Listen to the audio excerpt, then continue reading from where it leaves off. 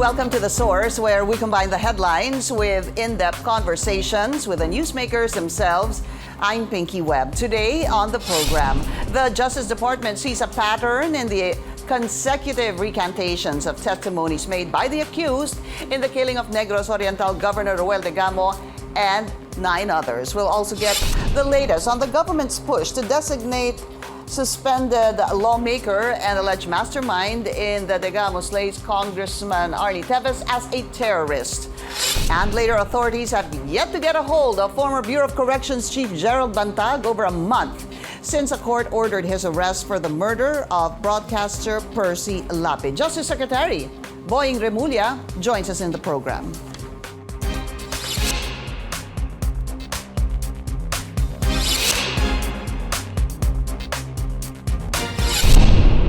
The Justice Department believes the suspects in the killing of Negros Oriental Governor Roel Degamo and 10 others are conspiring to cover up their crime. This after 10 of them recanted their statements separately, all claiming they know nothing of the murder. For the camp of the alleged mastermind in the killing, suspended lawmaker Arnie Teves, this only confirms suspicions that authorities have threatened the witnesses. Let's go straight to the source of the story. We have Justice Secretary Boying Remulla. Secretary Remulla, welcome to The Source, sir. Always, salamat po sa oras. Good morning, Pinky, at magandang umaga sa lahat ng nanonood at nakikinig sa atin. Sir, 10 suspects have reportedly recanted, saying they were tortured, they were forced to implicate Congressman Arnie Teves into the Degamo killing, and 10 others. Does this weaken the case against Congressman Arnie Teves, sir? Wala naman kami nakikitang weakening, Pinky. It just changes our strategy on how to prove the case.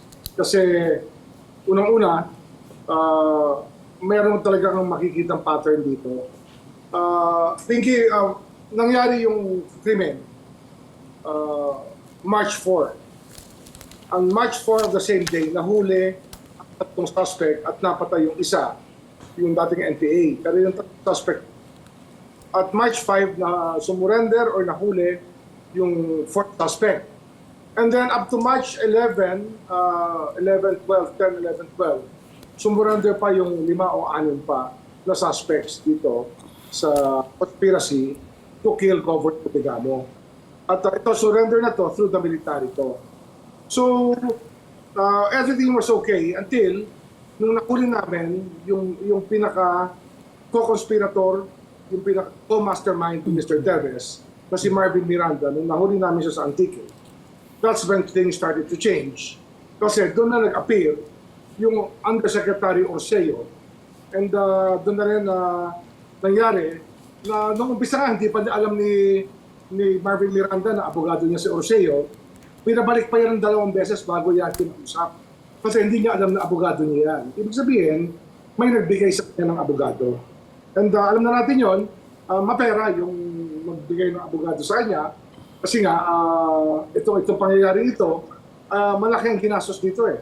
Tsaka dito makaka-carry out ng basta-basta lang. So, if you look at the chronology of events, nag-complicate na lahat. No, yung co-mastermind na huli na namin, magkasama sila sa NBI Detention Facility. At doon, nakapag-usap sila kasi lahat naman yan, naka-interlink naman sila lahat yan. They're commingled with each other. Kaya, yun na, nag-usap-usap sila. There's a lot of things I want to discuss further with what you said, sir. So, sinabi niyo 4 yung nahuli, -1, napatay po yung isa, 3. The next day, March 5, ito po yung si Rivero. Yeah. So, 4 na po yan. Then 5 or 6 eventually, that surrendered. Ano po. Sabi niyo, things started to change when Marvin Miranda was arrested. Sinabi niyo po itong si Orseo. So, ito ho ba si Attorney Orseo, sir? Is this the person that you're referring to? Yes, former Undersecretary of the DOJ. There you go. So, that's where I want to try to connect this, sir. So, itong former DOJ official, ito din ho ba yung sinasabi ng kampo ni Attorney, the lawyer of, si Baligod, Attorney Baligod, sir, sorry, I forgot. Yes. Ito ba yung sinasabi niyang may ginagawa dating DOJ official dito sa loob ng kulungan sa NBI para bumaliktad. More or less, that's what I remember he told me, sir. Is this the same guy? Yes, yes. Okay. If I'm not mistaken, yung unang balita namin, he was offering them 8 million each para ano sila, maging panatag sila at maniwala sila sa kanyang principal, sa kanilang principal. How much, sir? Na congressman, na gambling lord. Sir, how much? 8 million each. Yung unang sinabi sa amin na inaalok sa lahat ng suspects nung panahon na yun para magbaliktad sila lahat. Does this mean bumaliktad sila dahil tatanggapin nila yung 8 million or tinanggap nila yung 8 million, sir? Hindi ko alam kung nangyayari yun, pero yun ang balita sa amin na nagiging alok sa loob. No? Ayun ang intelligence department sa loob ng NBI na gano'n na yung alukan ng pera para itong mga taong to ay bumaliktad. Yan ang sigurado. Inalok yung mga yan ng pera. Secretary Boy. Pinky, tandaan ko, no? Pinky, tandaan natin, no? Sa mga statement nila, no, simula pa na. Ang binabayad sa kanila, pinadala sa kanila, sabihin natin, 40,000, pinadala. Takbo na sila kagad, punta na sila ng Negros Oriental. Maliit na pera pa yun. Pag inalok ka ng 8 milyon, wala sa panaginip nila yun. Siyempre, ibang nakakulong sila, kabulag-bulag nga naman siguro ang halaga na inaalok sa kanila. Do you feel that nagkulang, if this is true, sir, na nagkaroon ng shortcoming o pagkukulang ang officials or dyan po sa NBI, if you've been hearing two things, sir, as you allege that gumagalaw po itong si Attorney Orseo at everything changed since nahuli si Marvin Miranda. When you heard... we're following the law. Right to counsel is there. At any stage of the proceeding, yan ay isang absolute right na binibigay ng ating saligang batas. So we have to obey the Constitution. Hindi namin sila pwedeng i-isolate at gawing yung inkomunikado. We cannot do that. We cannot, should not do that because that is against international humanitarian law. We are just following the law. That's why ito ang nangyayari. So hindi naman pagkukulang ng NBI yan. Pero siguro, ang isang masasabi ko rin, may pagkukulang tayo sa facilities, may pagkukulang tayo sa pangtustos ng ating sistema ng hustisya. Kasi gaya yan, tsaka tayo sa NBI facility, it should be a bigger facility na meron ng NBI. But we have to make do with what there is. What you have. You have. But wasn't there a plan to move them, sir, mula sa NBI sa PNP? Well, that was the request of some parties. Pero nag-oppose naman sila. Ito yung surprising thinking.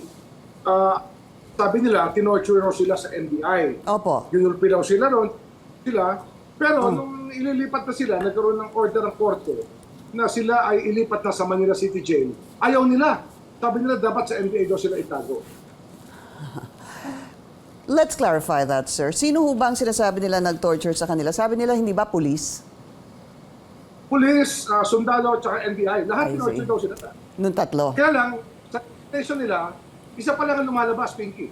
Nasa media lang ang 10, pero wala tayong nakikita ng recantation na inilabas sa korte. They're playing a media war here. Ginagamit nila ang media to manipulate the minds of people. And we just have to anticipate the moves that they have. Kaya nakikita natin, kagaya niyan, yung habeas corpus case, itong si Rivero, tungkol sa kanyang asawa at kanyang anak. Opo. Ito ay final sa korte na hindi pinipirmahan ng abogado ni Rivero. Kasi, nung final yung habeas corpus case, ito po ay, yung kanyang asawa ay umalis na sa WPP at nagpasalamat na.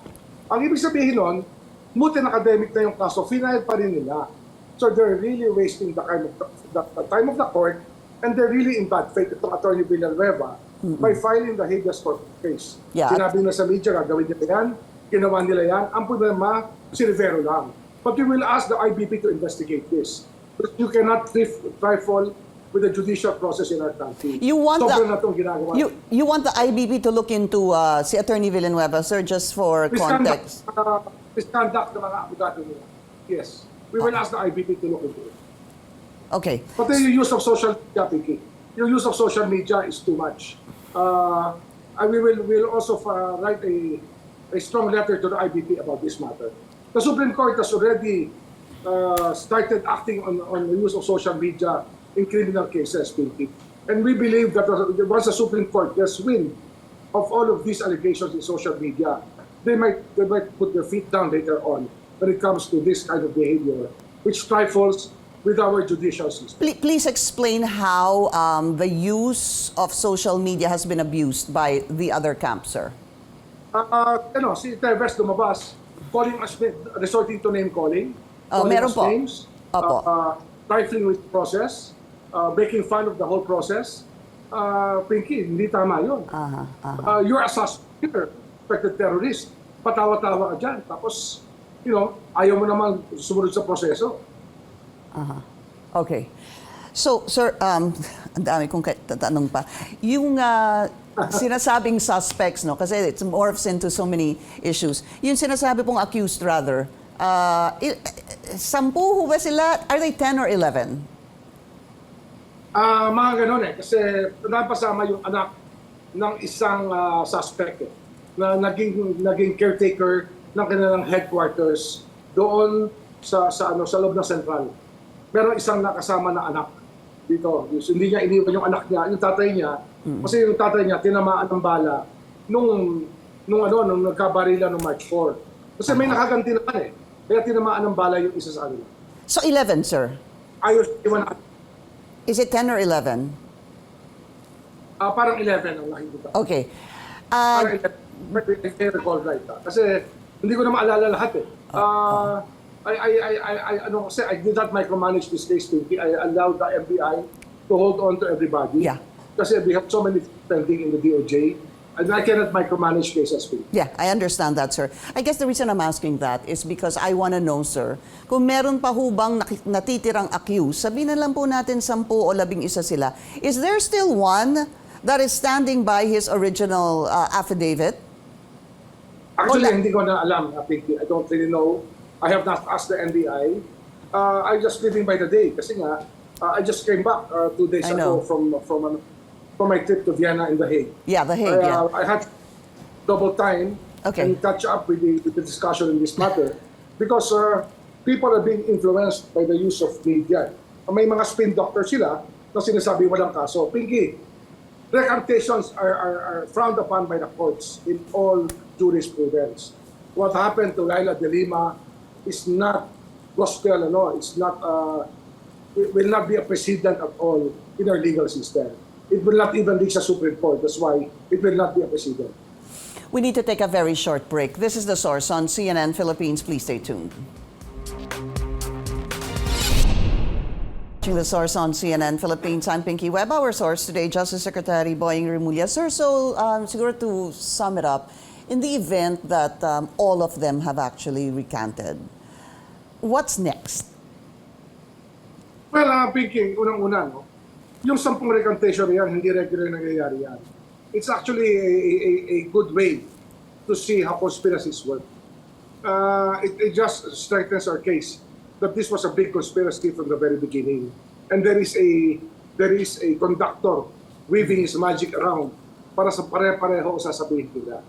Kaya unang-una. Pangalawa, Pinky, hindi lang naman yan ang ebidensya Marami kaming ibang ebidensya na gagamitin dito sa trial ng mga suspects. In fact, magsisimula na yung trials nito I think that they're about to start the trial of these people.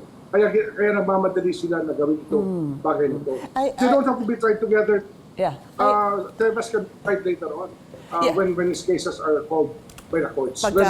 When everything is filed and decided upon. Yeah, because yung trial na sinasabi niya, sir, para po maintindihan natin to, I think this is the one in the Manila Regional Trial Court. Yes. From what I remember, sir, please correct me if I'm wrong, it has been deferred, the arraignment of the accused pending their a number of petitions filed before the Manila Regional Trial Court. They're delaying everything. They're delaying everything. Dinidelay talaga nila yung proceedings. Sanay na sanay sila sa dilatory tactics. Kaya nga, nung nag-file ng habeas corpus itong si Rivero, na siya ang pumirma, hindi pumirma yung abogado, alam mo na dilatory kasi hindi kayang panindigan ng abogado yung kanyang ginawa. Okay, so hinihintay po na ang update po dito sa kaso doon sa Manila Regional Trial Court. The arraignment has been deferred. That's what I read very recently, sir. And what about the one sa panel of prosecutors? I did speak to Attorney Fadulion a week ago, sir. Sabi nga niya, as you were saying, there are other pieces of evidence. Forensic, sabi niya, versus testimony. The chopper, yung mga basyo ng bala, etc., sir. But ano ho yung progress dito sa panel of prosecutors with regards to Kong Arnie Teves?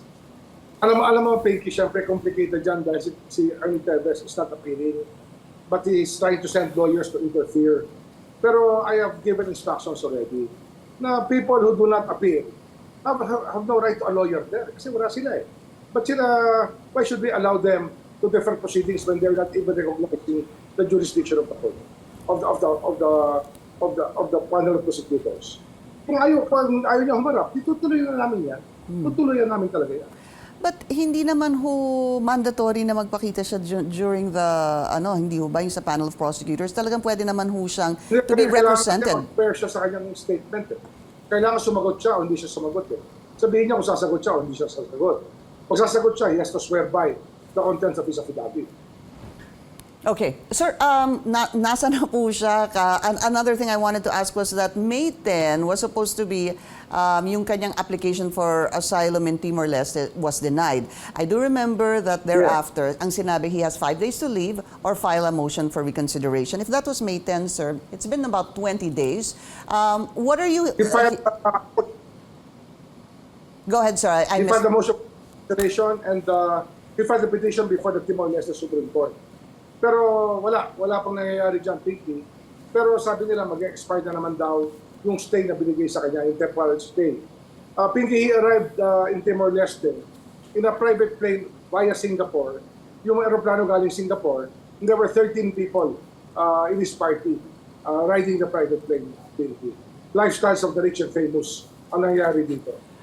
I saw an interview of yours. Sinabi niyo nga 13, and from what I heard, sir, sinabi niyo kasama ang kanyang asawa at 12 iba pa. Yes. Okay. Kasama niya ang kanyang asawa, 12 iba pa. Ito yung mga kasama sa kanyang criminal organization. Meron pa kami iniimbestigahan dyan na aming isasama sa proscription case pagdating sa ng panahon. Pero ngayon kasi designation pa lang na specific individuals as terrorists. Sir, ano na yung latest dito sa terrorist tag? Supposed to be yung inyong... Nakadalawang meeting na technical working group ang Anti-Terror Council, yung TWG na inorganize ng Anti-Terror Council, nakadalawang meeting na yun. Yung TWG, they have received more than 60 statements already as to the state of mind of the people in Negros Oriental about the terrorism committed through the years and through the month by this criminal organization. When do you think a decision will be made? Pinky, we just follow it step by step. I cannot second guess the way that these collective collegial bodies will decide the cases to be given before them. I cannot second guess anybody. Okay. Just to follow up on what you mentioned a while ago about the recantation, I do remember that the drug case of former Senator Laila de Lima,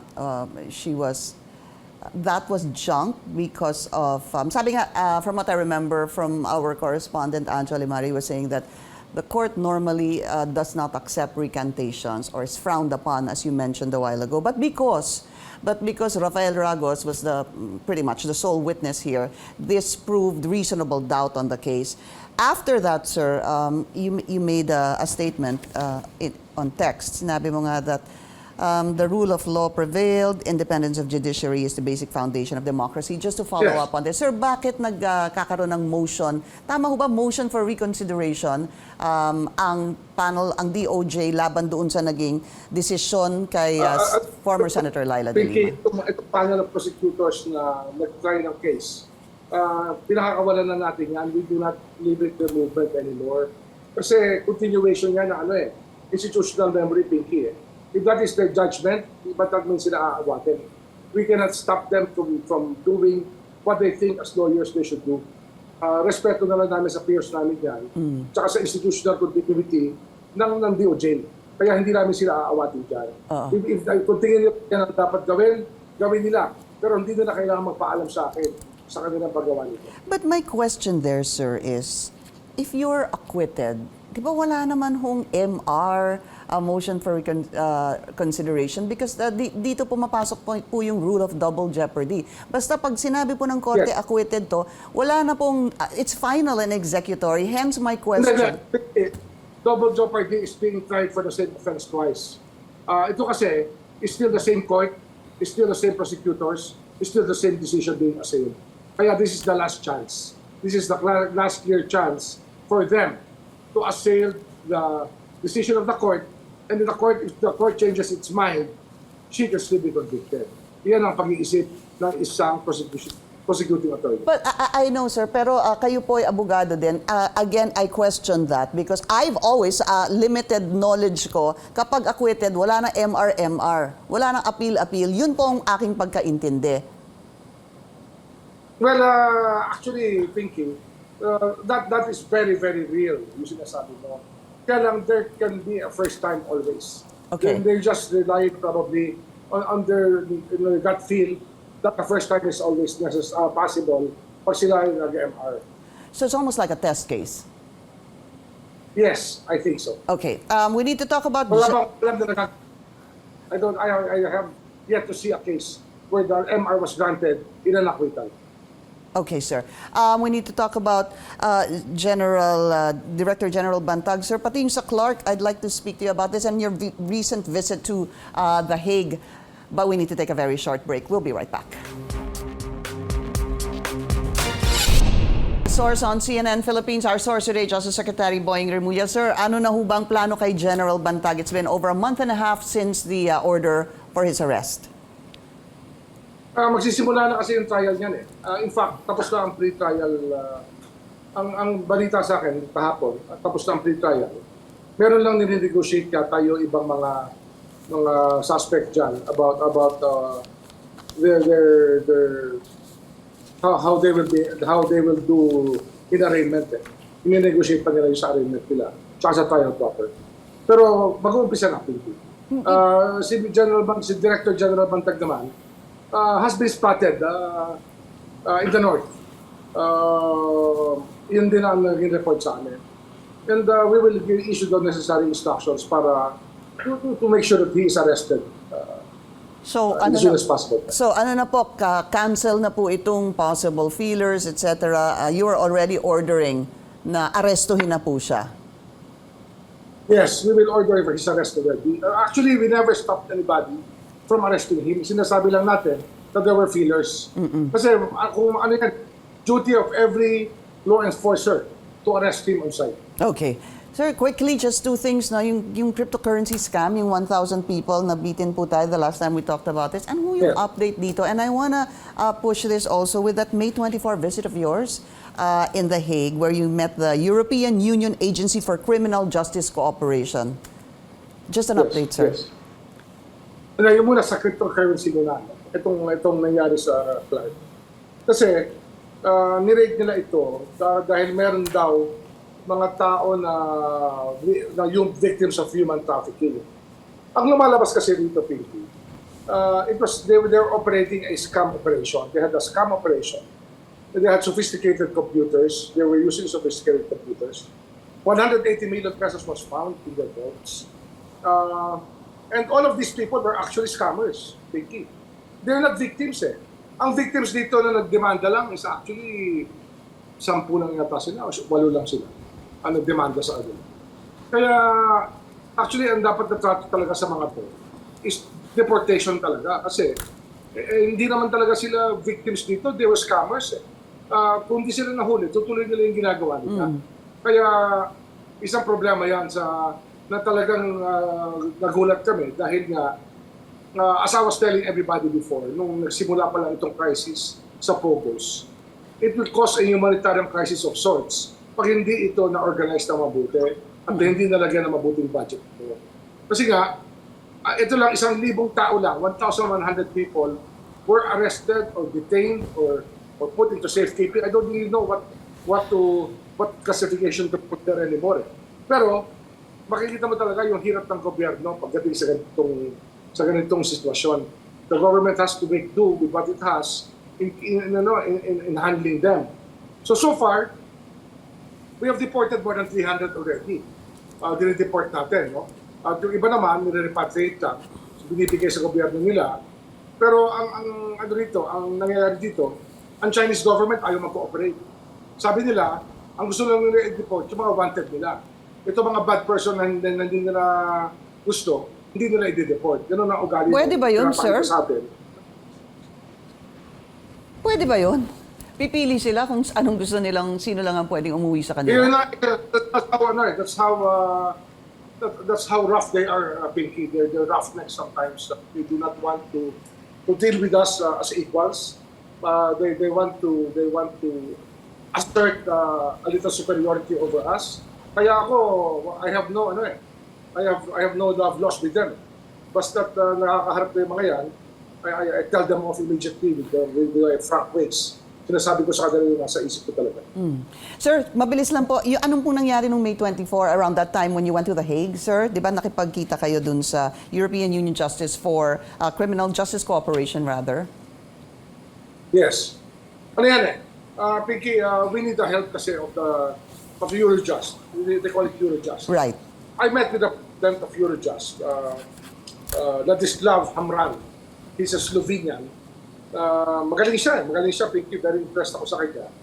And nakita ko talaga yung kanilang European Cooperation for Justice.